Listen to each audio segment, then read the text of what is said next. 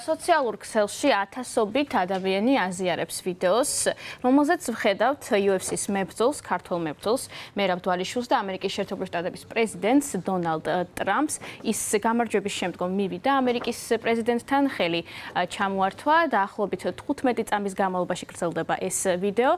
თუმცა მოგვიანებით სოციალურ ქსელში გავრცელდა იგივე ვიდეო შემდგომი სუბტიტრებით. დაეხმარეთ ჩემს ქვეყანას პრეზიდენტო, გთხოვთ თქვენც გვიშველეთ. გემუდარებით ნუ გაგვარუსებთ, ნუ გეშინია, დაგეხმარებით.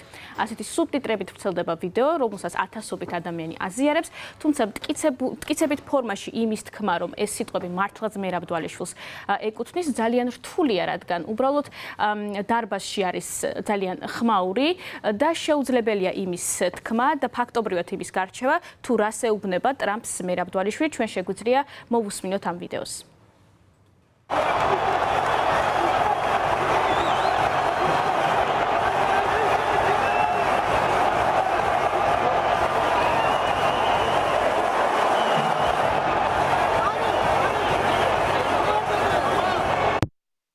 რამდენიმე წამიანი შეხვედრა სხვადასხვა კუთხით არის გადაღებული და ერთ-ერთი ვიდეოს გარჩევას შეეცადა ფაქტების გადამოწმებელი მითების დეტექტორი, რომელიც აცხადებს, რომ ფაქტობრივად არის შეუძლებელი იმის გარკვევა, თუ რას აპობს მერაბ დვალიშვილი და მტკიცებულების გარეშე თქმა, რომ იმ სიტყვებს ეუბნებოდა, რასაც ჩვენ სუბტიტრებში ვხედავდით, არის შეცდომაში შემყვანი.